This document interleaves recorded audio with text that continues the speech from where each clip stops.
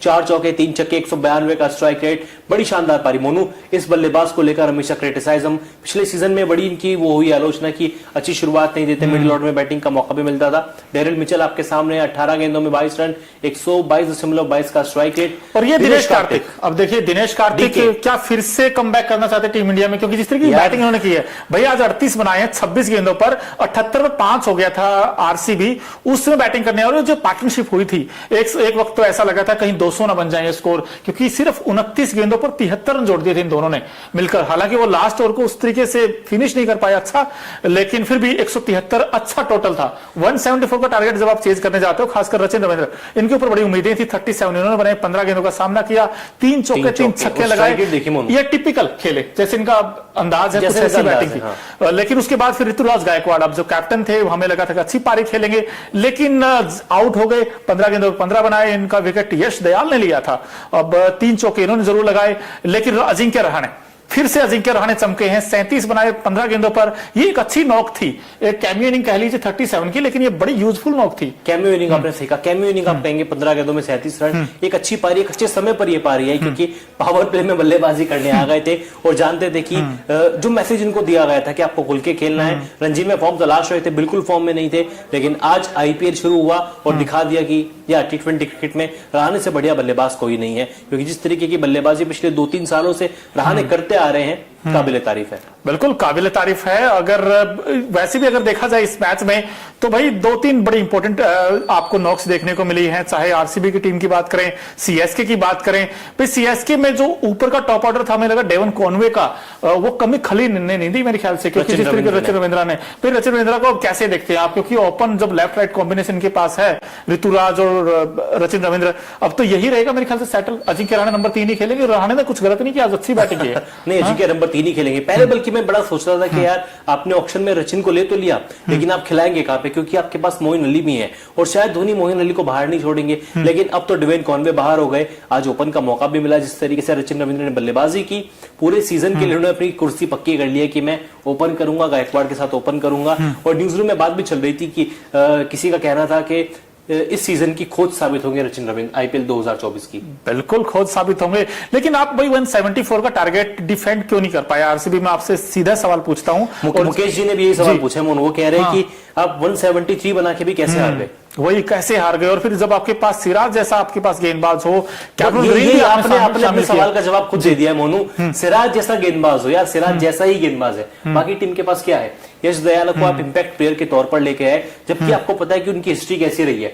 जब से उनको 5 छक्के पड़े हैं, उसके बाद आईपीएल में उसकी काफी पिटाई हुई, डोमेस्टिक क्रिकेट में यूपी के लिए खेले, वहां पे काफी पिटाई हुई, विकेट्स के लिए बंदा तरस चुका है, जबकि दिल खोल के खिलाड़ी रन लुटा रहा है। आपने उस प्लेयर को इंपैक्ट प्लेयर बनाया, मेरे हिसाब से आरसीबी से सबसे बड़ी चूक वहीं पे हुई है। बिल्कुल, इसके अलावा और कोई क्या चूक हुई वो भी आप हमें बताते रहिए कमेंट्स बॉक्स में। लेकिन भाई एक स्पिनर कम तो नहीं था आरसीबी में? आपको लगता है कि जो एक हर किसी के पास राशिद खान है, कहीं पीयूष चावला है, इनके पास वो वैरायटी वाला गेंदबाज नहीं था? शायद वो थोड़ी मिसिंग लग रहा है इस बार पूरे आईपीएल में। इन्होंने वो लिया भी नहीं कोई गेंदबाज, छोड़ दिया। फ्रेंचाइजी की गलती है ना। ऑक्शन टेबल पे आप क्या सोच के जाते हैं? आप ऑक्शन टेबल पे सोच के जाते हैं कि हमारे जितने भी सीनियर प्लेयर हैं उनको निकाल देंगे, कोहली को रख लेंगे, फाफ को रख लेंगे, मैक्सवेल को रख लेंगे, बाकी सबको टाटा बाय बाय, यंगस्टर्स को लाएंगे और जीतने का दावा करेंगे। लेकिन हर बार ये दावा आरसीबी का फेल होता है। चिराग, अगर ये लाइव सुन रहे तो बुरा मत मानना चिराग, लेकिन यार आपकी टीम में मुझे कोहली, मैक्सवेल और फाफ के अलावा और कुछ नजर नहीं आता। ये तीनों बड़े प्लेयर हैं, लेकिन ये तीनों आपको मैच नहीं जिता सकते। आपको बॉलिंग में भी कुछ ना कुछ करना पड़ेगा। अखिल जी को तो कुछ नहीं नजर आता, लेकिन हम जैसे फैंस जो क्रिकेट के होते हैं ना, उनको बहुत कुछ नजर आता है।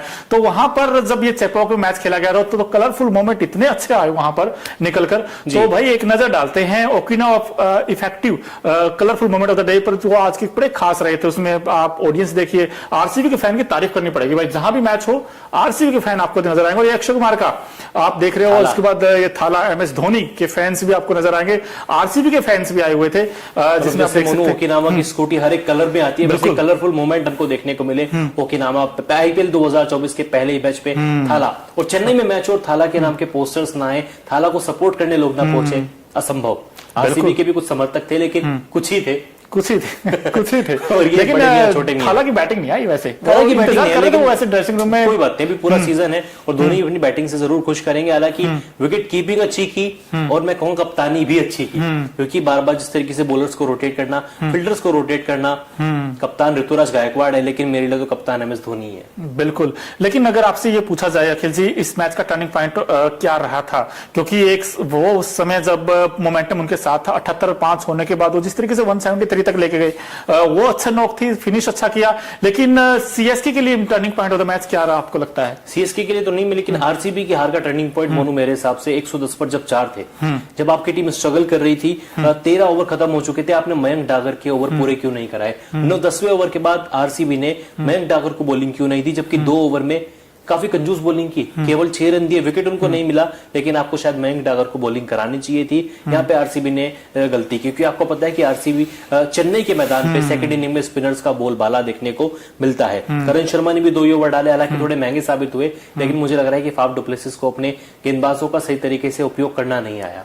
बिल्कुल उपयोग करना नहीं है। हालांकि देखिए CSK ने बड़ा अच्छा यूज किया गेंदबाजों का, और हम लोग जब कहते हैं ना टर्निंग क्या ऐसा रहा था, मेरी नजर में जो टर्निंग रहा था वो था जो गेंदबाजी की है खासकर CSK की टीम ने। इस बार देखिए पथिराना नहीं थे इस टीम में, लेकिन उसके बाद भी जो कमबैक किया है इस टीम ने, बार बार देखिए धोनी में कुछ तो है यार इस टीम में, क्योंकि हर किसी को स्टार बना देते हैं ये, भले ही नाम उतना बड़ा ना हो, लेकिन फिर भी इस टीम में है ना हर कोई ऐसा लगता है स्टार है अखिल जी। बिल्कुल, क्योंकि जिस तरह का परफॉर्मेंस वो करते हैं, और ये टीम एज ए यूनिट और पोटेंशियल पर खेलती है, इसीलिए तो आप आइए एक नजर डालते हैं अखिल जी इस मैच के जो कहते हैं ना सेंटर ऑफ अट्रैक्शन क्या रहे थे इस पूरे मैच में।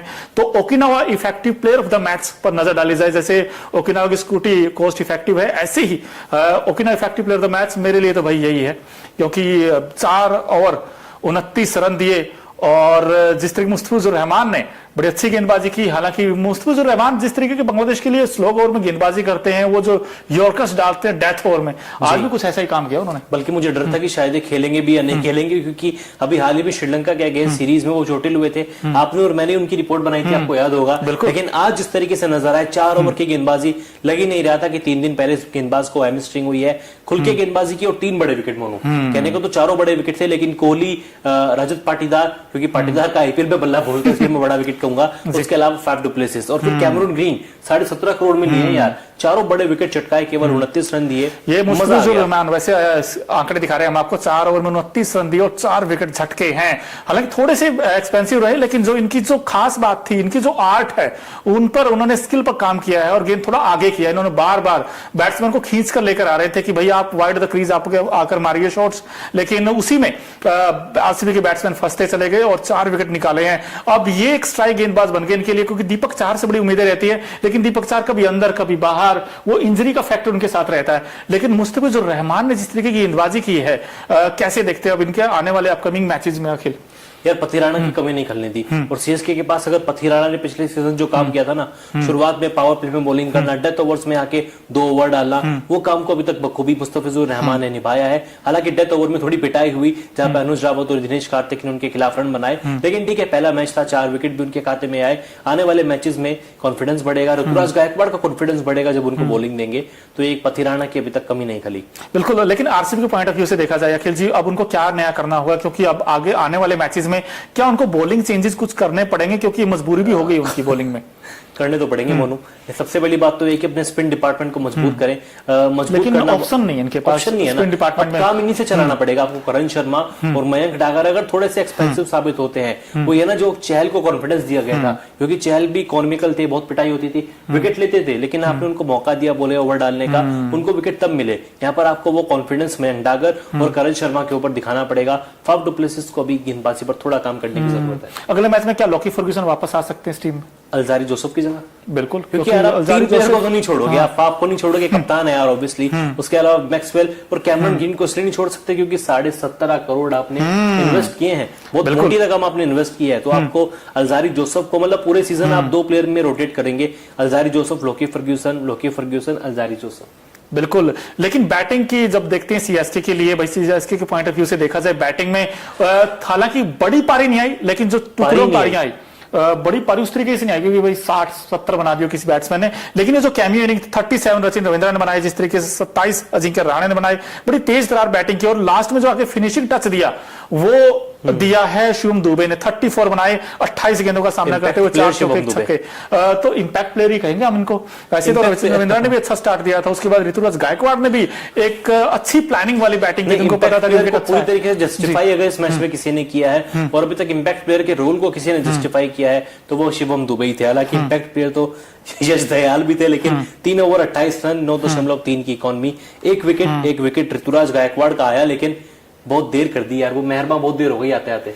बिल्कुल मेहरबा बड़ी देर हो गई, लेकिन फिर भी कहीं ना कहीं तो ये सवाल रहेगा आरसीबी के पॉइंट ऑफ व्यू से कि भाई आप हर सीजन में अखिल जी हम देखते हैं कि इनके पास बैट्समैन तो बड़े-बड़े हैं, बड़े नाम हैं इनके पास, ना कि नाम बड़े और दर्शन छोटे नहीं। कई बार बैटिंग अच्छी कर देते हैं, लेकिन फंसती इनकी टीम कहां? बॉलिंग में। और ये बॉलिंग डिपार्टमेंट कब पूरा हिस्ट्री अगर आप उठा के देखोगे भाई बैटिंग बहुत आउटस्टैंडिंग करता है इनका हर बार। 1-2 मैच अगर आप छोड़ दें वो अलग चीज है, बट ये कब तक ये सहते रहेंगे? मतलब कब तक ऐसे चैंपियन आता है मोनू?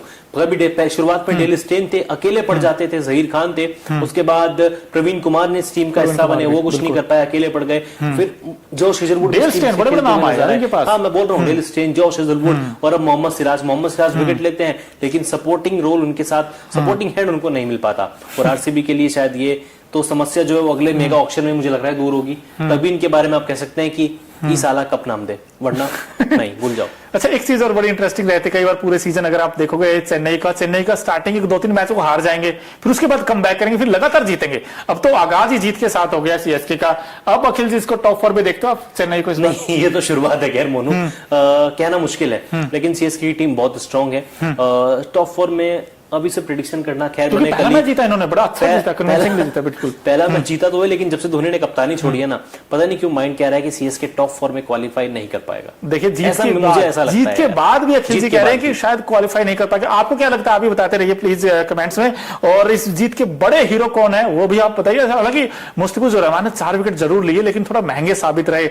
रचिन रविंद्र 37 बनाए, इन्होंने एक ऐसी नॉक खेली जहां से इन्होंने मैच निकाल दिया, क्योंकि एक समय अगर अच्छा स्टार्ट नहीं मिलता, क्योंकि पावर प्ले का अच्छा यूज किया है सीएसके की टीम ने अखिल जी, क्योंकि पावर प्ले बड़ा इंपॉर्टेंट फैक्टर रोल प्ले करता है हर मैच में। जिसने पावर प्ले में 60-70 रन बोर्ड पे लगा दिया, उसके लिए चीजें आसान हो जाती हैं। और यहां पर सीएसके ने जिस तरीके से चेज का पीछा किया वो बड़ा कमाल का किया, और ये अच्छा मैच रहा सीएसके के लिए, क्योंकि आगाज जब अच्छा हो तो फिर अंजाम भी अच्छा ही होता है।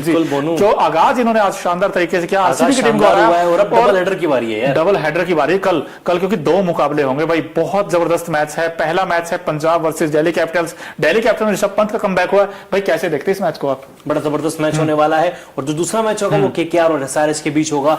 दोनों मैचों की पिच रिपोर्ट आपको कहां मिलेगी? न्यूज नेशन स्पोर्ट्स पर मिलेगी। दोनों की प्लेइंग 11 क्या होने वाली है, आपको अगर फैंटेसी टीम बनानी है तो आपके लिए सबसे बढ़िया चीज है आप न्यूज नेशन पे जाएं, दोनों मैचेस की प्लेइंग पिच रिपोर्ट देखें, उसके अकॉर्डिंग अपनी टीम बनाएं, मालामाल हो। बिल्कुल मालामाल हो। लेकिन इस मैच को लेकर सीएसके वर्सेस आरसीबी के बीच में आपको क्या लगता है? आरसीबी क्या कमी रही होगी इस मुकाबले में, और क्या आगे आने वाले मैचेस में क्या इंप्रूव कर सकते हैं वो भी आप बताइए। और कल के मैच में कौन लगता है आपको टीम इंडिया के लिए एक्स फैक्टर हो सकता है? क्योंकि यहां पर आईपीएल है, लेकिन टीम इंडिया का जो T20 वर्ल्ड कप के पॉइंट ऑफ व्यू से देखें तो वहां भी एक रेस अभी भी जारी है, क्योंकि उसमें ऋषभ पंत का कमबैक हुआ, तो Rishabh Pant as a wicket keeper भी खेल सकते हैं। उसको लेकर भी हम लोग आपसे दोबारा मुलाकात करें, कब? 2 बजे कल फिर से आपसे मुलाकात होगी। अभी दीजिए हमें इजाजत, बने रहिए हमारे साथ। और न्यूज नेशन स्पोर्ट्स को please like, share and subscribe जरूर कीजिए। धन्यवाद।